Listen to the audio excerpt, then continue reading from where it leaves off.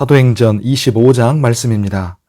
베스도가 부임한 지 3일 후에 가이사랴에서 예루살렘으로 올라가니 대제사장들과 유대인 중 높은 사람들이 바울을 고소할세 베스도의 호의로 바울을 예루살렘으로 옮기기를 청하니 이는 길에 매복하였다가 그를 죽이고자 함이더라. 베스도가 대답하여 바울이 가이사랴에 구리된 것과 자기도 멀지 않아 떠나갈 것을 말하고 또 이르되 너희 중 유력한 자들은 나와 함께 내려가서 그 사람에게 만일 옳지 아니한 일이 있거든 고발하라 하니라. 베스도가 그들 가운데서 8일 혹은 10일을 지낸 후 가이사랴로 내려가서 이튿날 재판 자리에 앉고 바울을 데려오라 명하니 그가 나오매 예루살렘에서 내려온 유대인들이 둘러서서 여러 가지 중대한 사건으로 고발하되 능히 증거를 대지 못한지라. 바울이 변명하여 이르되 유대인의 율법이나 성전이나 가이사에게나 내가 도무지 죄를 범하지 아니하였노라 하니 베스도가 유대인의 마음을 얻고자 하여 바울더러 묻되 네가 예루살렘에 올라가서 이 사건에 대하여 내 앞에서 신문을 받으려느냐? 바울이 이르되 내가 가이사의 재판자리 앞에 섰으니 마땅히 거기서 신문을 받을 것이라. 당신도 잘 아시는 바와 같이 내가 유대인들에게 불의를 행한 일이 없나이다. 만일 내가 불의를 행하여 무슨 죽을 죄를 지었으면 죽기를 사양하지 아니할 것이나 만일 이 사람들이 나를 고발하는 것이 다 사실이 아니면 아무도 나를 그들에게 내줄 수 없나이다. 내가 가이사께 상소하노라 한데 베스도가 배석자들과 상의하고 이르되 네가 가이사에게 상소하였으니 가이사에게 갈 것이라 하니라.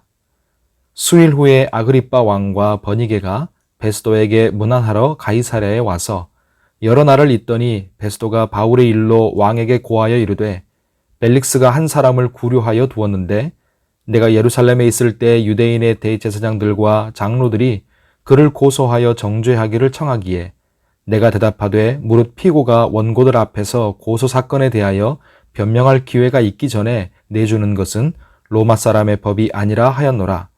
그러므로 그들이 나와 함께 여기 오매 내가 지체하지 아니하고 이튿날 재판 자리에 앉아 명하여 그 사람을 데려왔으나 원고들이 서서 내가 짐작하던 것 같은 악행의 혐의는 하나도 제시하지 아니하고 오직 자기들의 종교와 또는 예수라 하는 이가 죽은 것을 살아있다고 바울이 주장하는 그 일에 관한 문제로 고발하는 것뿐이라. 내가 이 일에 대하여 어떻게 심리하는지 몰라서 바울에게 묻되 예루살렘에 올라가서 이 일에 신문을 받으려느냐 한즉 바울은 황제의 판결을 받도록 자기를 지켜주기를 호소하므로 내가 그를 가이사에게 보내기까지 지켜두라 명하였노라 하니 아그리빠가 베스도에게 이르되 나도 이 사람의 말을 듣고자 하노라. 베스도가 이르되 내일 들으시리이다 하더라. 이튿날 아그리빠와 버니게가 크게 위험을 갖추고 와서 천부장들과 시중의 높은 사람들과 함께 접견 장소에 들어오고 베스도의 명으로 바울을 데려오니 베스도가 말하되 아그리빠 왕과 여기 같이 있는 여러분이여 당신들이 보는 이 사람은 유대인의 모든 무리가 크게 외치되 살려두지 못할 사람이라고 하여 예루살렘에서와 여기서도 내게 청원하였으나 내가 살피건대 죽일 죄를 범한 일이 없더이다. 그러나 그가 황제에게 상소한 고로 보내기로 결정하였나이다. 그에 대하여 황제께 확실한 사실을 아뢰을 것이 없으므로 신문한 후 상소할 자료가 있을까 하여 당신들 앞 특히 아그리빠 왕 당신 앞에 그를 내세웠나이다. 그 죄목도 밝히지 아니하고 죄수를 보내는 것이 무리한 일인 줄 아나이다 하였더라. 아멘. 기도하는 우리에게 하나님의 은혜가 함께 하시기를 바랍니다. 오늘 우리가 읽은 이 25장에서 우리가 주목할 부분은 두 가지인데요. 첫 번째는 11절 끝에 바울이 말한 것입니다. 내가 가이사에게 상소하노라. 베스도가 바울에게 예루살렘에서 재판받기를 원하는지를 물었을 때 바울이 로마 황제에게 항소한 장면입니다. 예루살렘에 가면 음모가 있기 때문에 피하려는 뜻도 있겠지만 무엇보다 바울은 로마로 가야 한다는 주님의 뜻과 지시에 순종한 것입니다.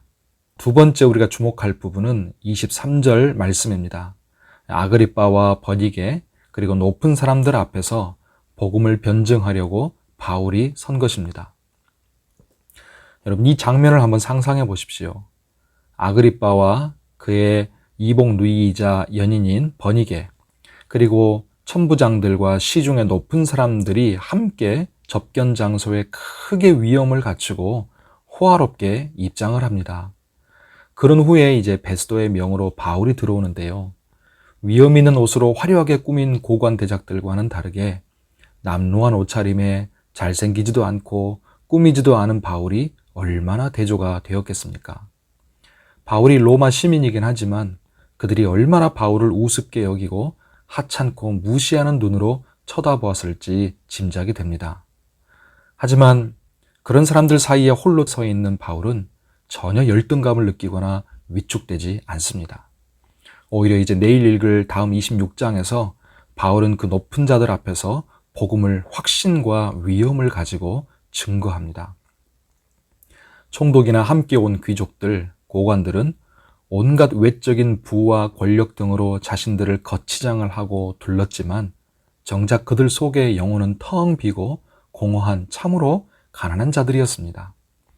하지만 바울은 비록 겉모습은 허름하고 소박했지만 그 안에 참 보물 예수 그리스도를 가졌기에 진정 충만하고 부요한 자였습니다. 빈 수레가 요란하다고 하죠. 베스도, 아그리빠와 버니게 이 천부장들과 높은 사람들은 빈 수레였기 때문에 한껏 허세를 부렸지만 바울은 허세를 부릴 필요가 없었습니다. 바울 안에 계시는 예수 그리스도의 기품과 위엄으로 바울은 오히려 그들을 압도하는 것을 봅니다. 성도 여러분, 성도인 우리는 영생을 소유한 자들이요 천국을 유업으로 받을 상속자임을 믿습니다.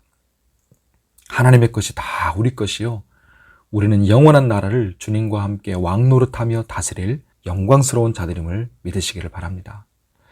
하지만 이 땅에서는 그 모든 영광을 아직 다 누리지는 못합니다. 영광의 왕이신 주님이 오실 때까지 우리는 참고 기다리는 것이죠. 그럼에도 불구하고 성도와 교회는 우리가 누구인지, 얼마나 부요하고 영광스러운 자들인지를 알기 때문에 이 세상의 위엄과 권세와 영광 앞에서 눌리거나 물러서지 않는 자들입니다. 그러면서 세상의 헛된 욕망을 따라 살지 않고 주님의 뜻과 지시에 순종하며 복음을 위해 살아가는 사람들입니다. 성도 여러분, 아무리 힘들어도 우리가 천지를 창조하시고 온 세상을 심판하실 하나님의 자녀요, 영광스러운 하나님 나라 상속자임을 잊지 마시기 바랍니다. 하나님을 두려워하는 자, 예수 보물로 부요한 자는 사람과 세상을 두려워하지도 위축되지도 않습니다. 오늘 주의 은혜 가운데서 강건하시고 평안하시기를 축복합니다. 기도하겠습니다. 하나님 아버지, 세상의 권세와 문제 앞에서도 우리가 하나님의 자녀요 영광스러운 상속자로서의 이 기쁨과 당당함을 잃지 않게 하여 주옵소서. 혹 우리 마음에 열등감이나 위축됨이나 헛된 생각이 있었다면 복음이 주는 하늘의 부요함과 은혜를 충만하게 부어주셔서 영광스러움을 다시 회복하게 하시고 참된 만족과 하늘 평안을 누리며 살게 하여 주옵소서. 돈이나 사람 앞에 비굴하지 않게 해주시고 세상의 헛된 것들에 우리 신앙을 타협하지 않게 하시며 언제나 담대하게 당당하게 살아가게 해주시옵고 주님의 인도하심을 따라 살도록 도와주시옵소서. 오늘도 사람이나 세상이나 헛된 것들을 두려워하지 않고 하나님을 두려워하고 경외하며 살 수 있도록 인도해 주시옵소서. 우리 모든 성도들의 영육의 건강과 안전을 지켜주시고 환우들을 치료하여 주시옵소서. 시작되는 농사철 하나님 은혜 베푸사 수고하는 모든 것들이 복되게 하나님께서 은혜 베풀어 주옵소서. 우리의 가정과 일터에도 함께 해주시고 오늘 우리가 간절히 드리는 기도에 선하게 응답하여 주옵소서. 예수님의 이름으로 기도하옵나이다. 아멘.